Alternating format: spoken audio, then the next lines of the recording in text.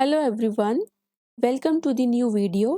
आज इस वीडियो में हम चैप्टर नंबर 16 जो हमारा है इस सीरीज का उसको डिस्कस करने वाले हैं, प्रोबेबिलिटी। ठीक है, इसमें हम सबसे पहले बेसिक कॉन्सेप्ट्स देख लेते हैं जो एमसीक्यूज में यूज होने वाले हैं और उसके बाद हम देखेंगे इसके एमसीक्यूज। ठीक है, तो प्रोबेबिलिटी चैप्टर का नेम है जो हम डिस्कस करेंगे यहाँ पे।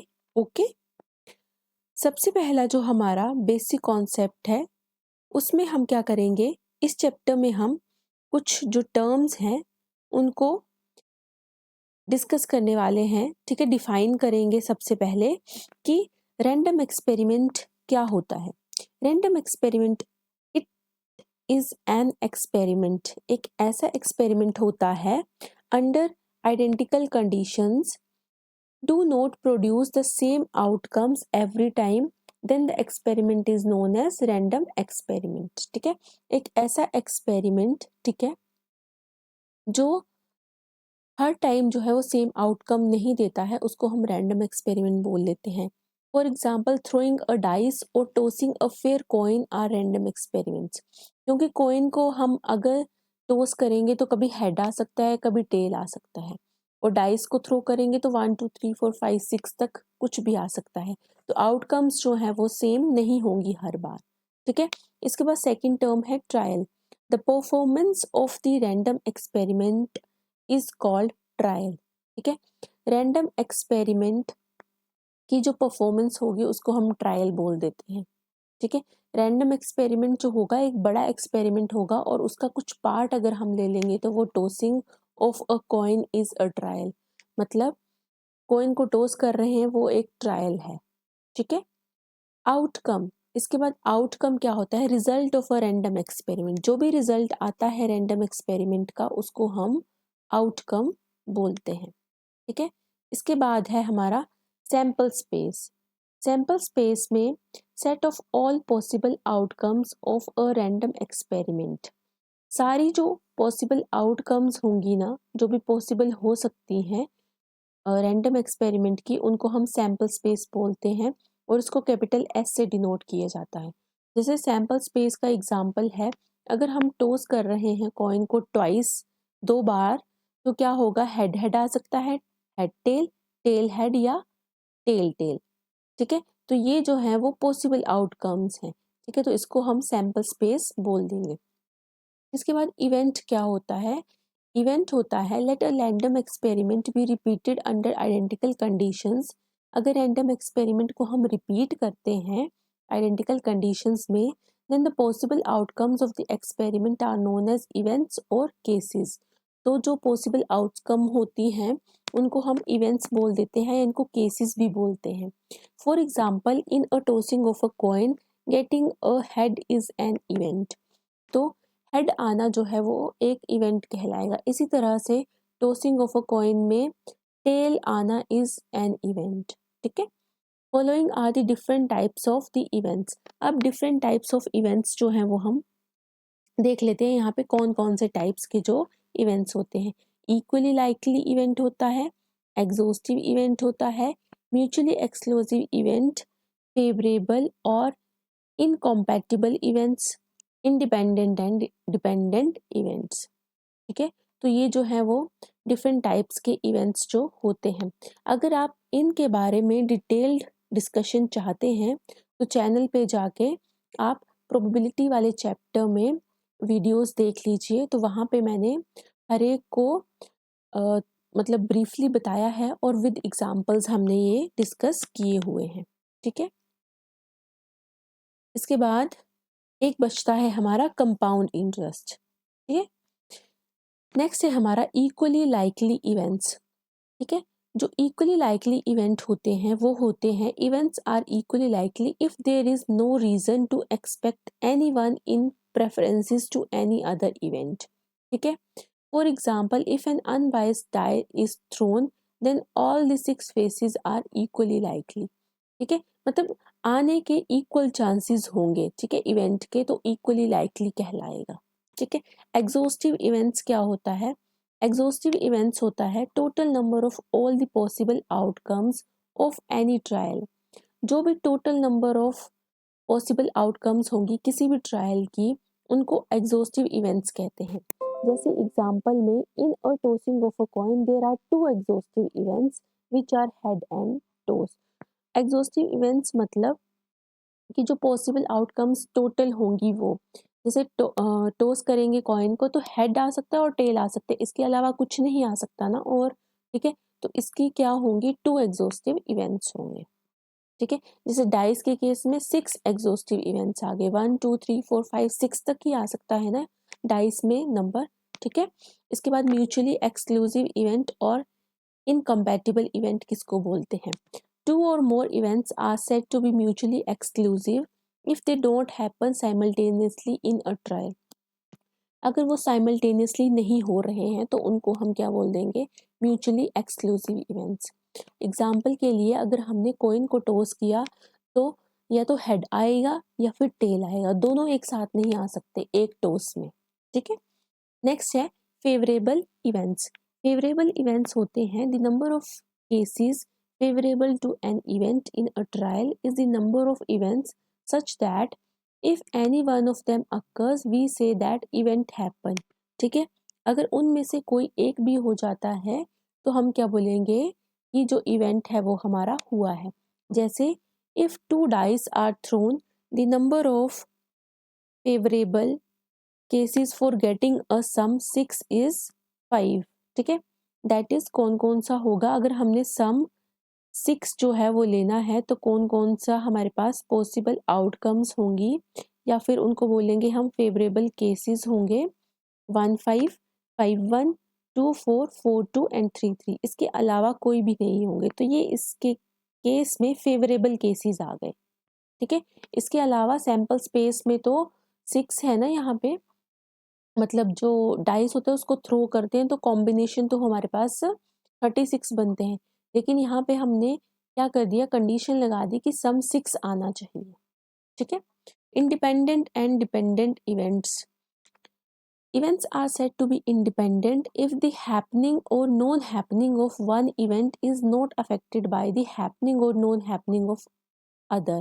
मतलब इंडिपेंडेंट इसलिए बोल देते हैं क्योंकि जो मतलब नाम से ही समझ में आ रहा है कि इंडिपेंडेंट, जो किसी दूसरे इवेंट के होने ना होने से जिसपे कोई फर्क ना पड़े वो इंडिपेंडेंट, और जो जिससे फर्क पड़े वो डिपेंडेंट। ठीक है, compound events, events obtained by combining together two or more events. दो और ज़्यादा इवेंट्स को अगर हम कंबाइन कर देते हैं तो वो हमारा कंपाउंड इवेंट कहलाता है। ठीक है, इसके बाद है algebra of events. Let S be the sample space of an experiment E. अगर हमने एस यहाँ पे सैंपल स्पेस ले लिया किसी एक्सपेरिमेंट ई का, and F R the events associated with this experiment, और एफ जो है वो इवेंट्स हैं जो इस एक्सपेरिमेंट के साथ एसोसिएटेड हैं, तो क्या होगा, E union F, E intersection F and S minus E और S minus F are also the events associated with an experiment। तो ये जो सारे होंगे ये भी इवेंट्स ही होंगे, इस एक्सपेरिमेंट के साथ एसोसिएटेड होंगे। ठीक है, अब यहाँ पे क्या केसेस बनते हैं कि E यूनियन F जो है is the event which describes the occurrence of the event E और इवन F और बोथ। ठीक है, तो ये क्या करता है, E के होने का और F के होने का और दोनों के होने का क्या बताता है, हमें डिस्क्रिप्शन बताता है। ठीक है, ई इंटरसेक्शन एफ क्या बताता है, ये ऐसा इवेंट होगा which describes the occurrence of both, इसमें बोथ ई एंड एफ होने चाहिए।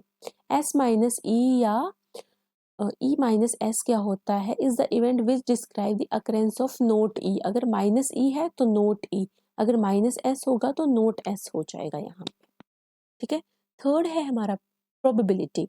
प्रोबेबिलिटी क्या होता है, if there are unexhaustive, mutually exclusive and equally likely events associated with a random experiment, अगर हमारे पास n एग्जॉस्टिव, म्यूचुअली एक्सक्लूसिव और इक्वली लाइकली इवेंट्स हैं जो किसी रैंडम एक्सपेरिमेंट के साथ एसोसिएटेड हैं, और m of them are favourable to an event A, और उनमें से सिर्फ m ही हैं जो फेवर में हैं, then probability of happening of A is denoted by P of A and defined as P of A is equal to probability of occurrence of event A.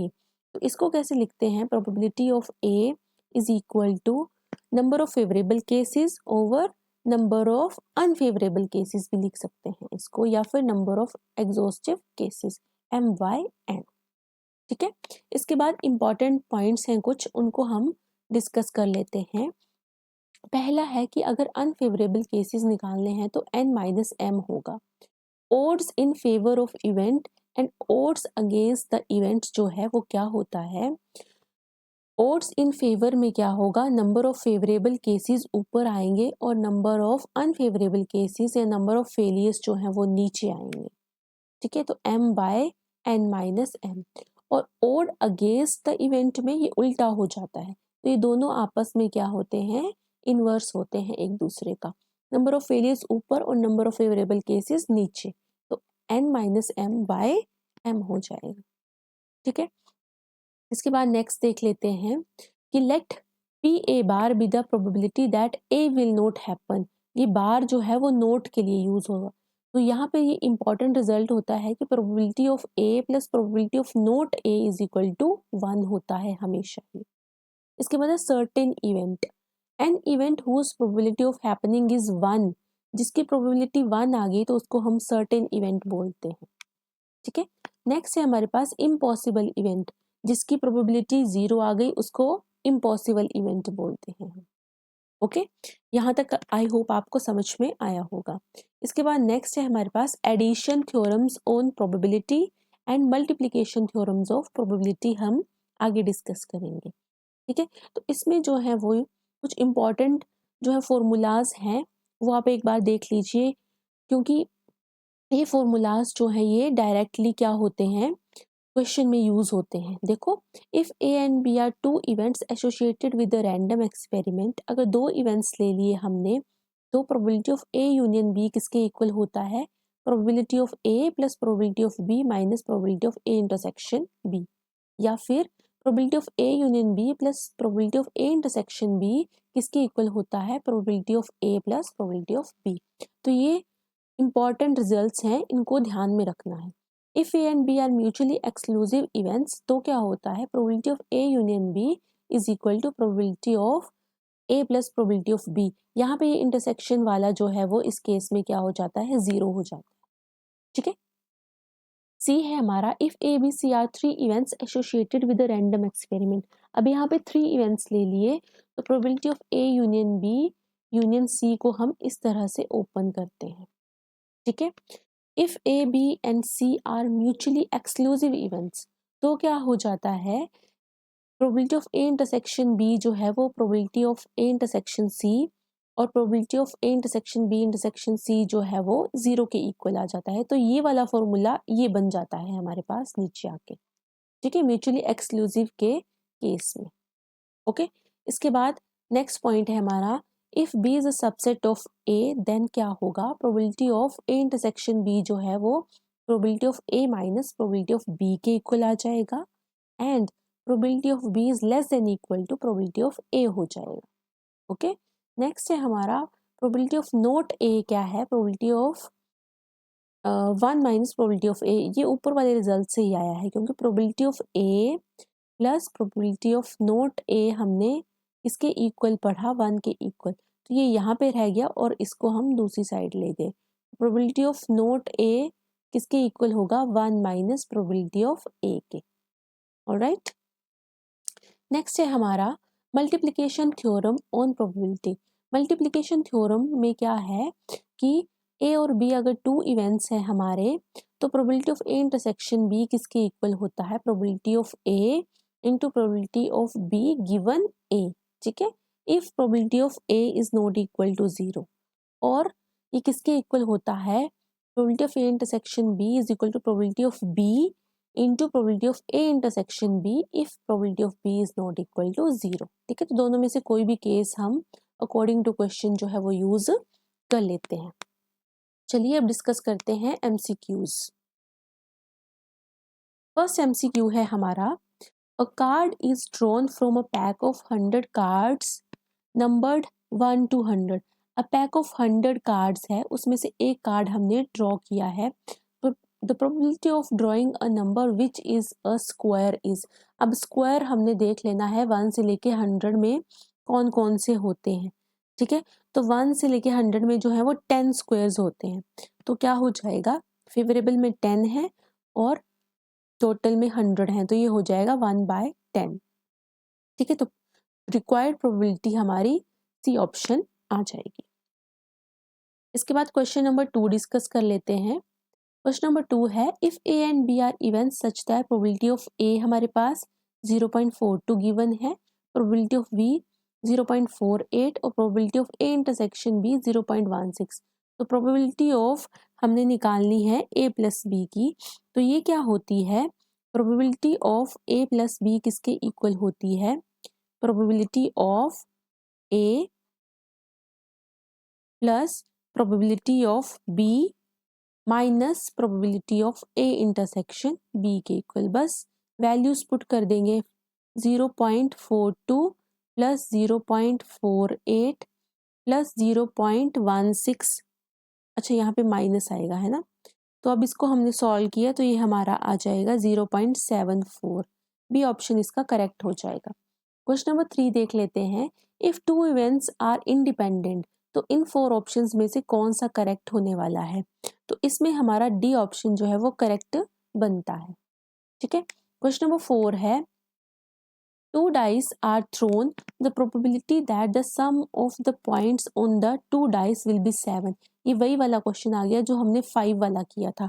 अब हमने यहाँ पे प्रोबेबिलिटी फाइंड करनी है कि जो सम है दोनों डाइस पे वो कितना आ जाए, हमारे पास 7 आ जाए। तो टोटल अगर 2 डाइस को थ्रो करते हैं तो टोटल केसेस बनते हैं 36। ठीक है, और अब हम फेवरेबल केसेस देख लेते हैं, क्या क्या कॉम्बिनेशन बन सकते हैं। 1-6 का कॉम्बिनेशन बनेगा। ठीक है, इसके बाद हमारा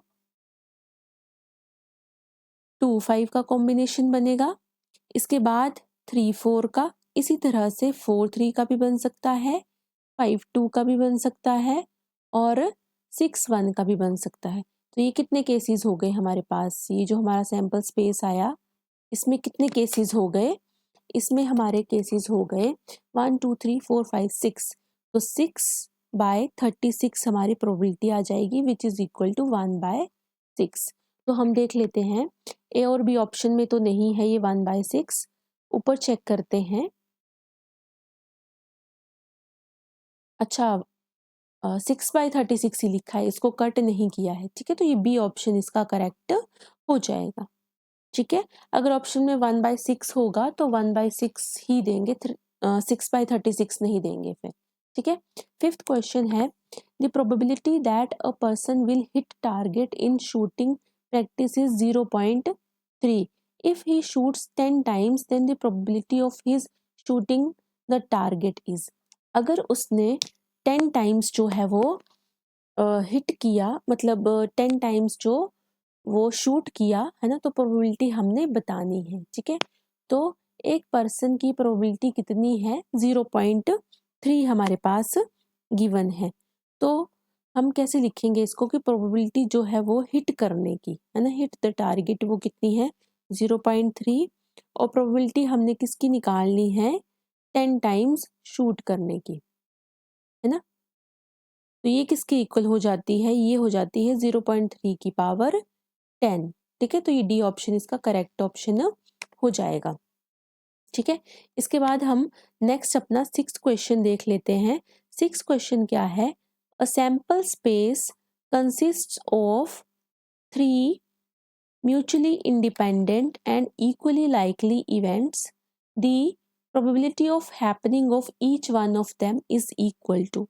तो हर एक के होने की जो प्रोबेबिलिटी है वो कितनी होगी, तो हर एक के होने की probability P plus P plus P which is equal to 1 होनी चाहिए। ठीक है, क्योंकि 3 है ना हमारे पास म्यूचुअली इंडिपेंडेंट, तो ये आगे हमारे पास 3P इज इक्वल टू 1, तो P इज इक्वल टू 1/3 हमारा आंसर आ जाएगा बी ऑप्शन। क्वेश्चन नंबर 7 है, the chance of throwing a total of 3 और 5 और 11 विद 2 डाइस इज। ठीक है, तो हमने बताना है कि चांस क्या होगा of throwing a total of 3 का टोटल, 5 का टोटल और 11 का टोटल। ठीक है, विद 2 डाइस। तो 3 का टोटल जो है वो 2 केसेस में आएगा, 5 का जो है वो 4 केसेस में और 11 का भी 2 में। तो टोटल कितने होते हैं 36। तो 36 से हमने इसको डिवाइड कर दिया और बीच में और है तो हमने इनको प्लस कर देना है। ठीक है, तो ये हमारा सॉल्व करके कितना आ जाएगा 36, 2 + 4 + 2 हो गया 8। ठीक है, तो ये कटेगा तो 4 2 ज़ा 8, 4 9 ज़ा 2/9 इसका आंसर आ जाएगा सी ऑप्शन। ठीक है, क्वेश्चन नंबर 8 देख लेते हैं। The probability that a non leap year has 53 Sundays is. ठीक है, तो हमारे पास जो नॉन लीप ईयर होता है, हमारा नॉन लीप ईयर होता है, उसमें क्या होता है हमारे पास 52 वीक्स होते हैं। ठीक है, हेंस प्रोबेबिलिटी क्या हो जाएगी 1 day in a week will be Sunday is 1/7। तो 52 तो वीक्स हो गए ना हमारे पास, तो ये 53rd जो होगा, मतलब 52 तो हमारे पास संडे हो ही गए, लेकिन 53rd जो है वो नेक्स्ट जो 7 डेज आएंगे उनमें से होगा, तो 1/7 इसका आंसर ए ऑप्शन हो जाएगा। क्वेश्चन नंबर 9 है हमारे पास, 3 आइडेंटिकल डाइस आर रोल्ड। अब यहाँ पे 3 डाइसिस आ गए। ठीक है, तो यहाँ पे केसेस कितने हो जाएंगे 6 × 6 × 6, मतलब 6 की पावर 3 होता है ना, तो ये हो जाएगा हमारा 206 टोटल केसेस हो जाएंगे favourable. The probability that the same number will appear on each of them is. अब सेम नंबर आने के कितने केसेस हो जाएंगे 6, है ना, सेम नंबर आए उसके केसेस हो गए 6 हमारे पास। तो प्रोबेबिलिटी क्या आ जाएगी हमारी required 6/216 which is equal to 1/36। C option इसका करेक्ट ऑप्शन हो जाएगा। क्वेश्चन नंबर 10 देख लेते हैं। From a well shuffled pack of 52 cards. अब यहाँ पे 52 कार्ड्स का पैक है, 2 cards are drawn, the first being replaced before the second is drawn. तो फर्स्ट को रिप्लेस कर देना है सेकंड को ड्रॉ करने से पहले। The probability that the first is a diamond and second is queen. ठीक है, तो हमारे पास सबसे पहले डायमंड के कितने कार्ड्स होते हैं 13 और क्वीन कितनी होती हैं 4, ये हमने लिख लिया, और 52 हमारे पास टोटल कार्ड्स हैं। ठीक है, तो फर्स्ट कार्ड जो है वो रिप्लेस होगा before the second is drawn. तो रिक्वायर्ड प्रोबेबिलिटी क्या आ जाएगी हमारी, सबसे पहले केस में डायमंड, तो 13/52 आ जाएगा। अब सेकंड, क्योंकि हमारा काम खत्म नहीं हुआ है तो सेकंड भी निकालना है ना, तो मल्टीप्लाई लगेगा, तो यहाँ पे सेकंड है 4/52। ठीक है, तो इसको सॉल्व करेंगे तो ये आ जाएगा हमारे पास, ये आ जाएगा हमारे पास 13 × 4 से ये कट जाएगा तो 1/52। ए ऑप्शन इसका करेक्ट ऑप्शन हो जाएगा। क्वेश्चन नंबर 11 है, the number of elements in a sample space when a die rolled twice are. अब डाइस को ट्वाइस रोल करना है तो कितने जो है नंबर ऑफ एलिमेंट्स होते हैं, ये होते हैं 6⁻²। ठीक है, ऑप्शन देख लेते हैं हम अपना क्वेश्चन नंबर 11 का, तो ये है 36। सी ऑप्शन इसका करेक्ट ऑप्शन है। The probability of a sure event is 1, ये हमने पढ़ा है।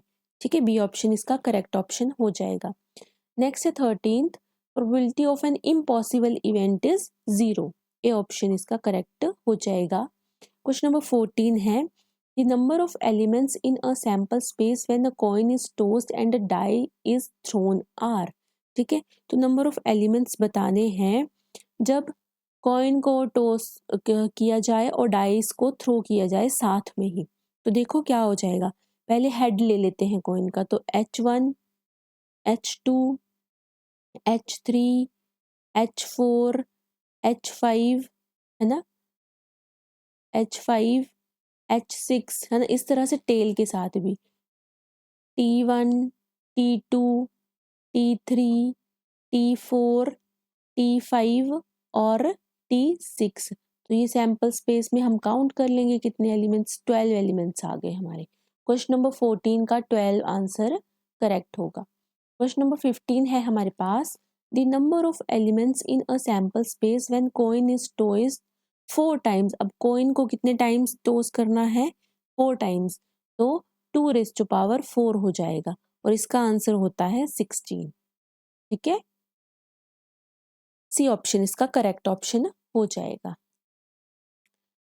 तो ये जो हमने सीरीज चलाई हुई थी, इसमें हमारे जो भी चैप्टर्स थे वो हमने डिस्कस कर लिए।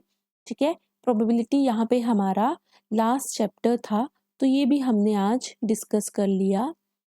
आई होप आपको ये समझ में आया होगा। Thanks for watching, bye everyone.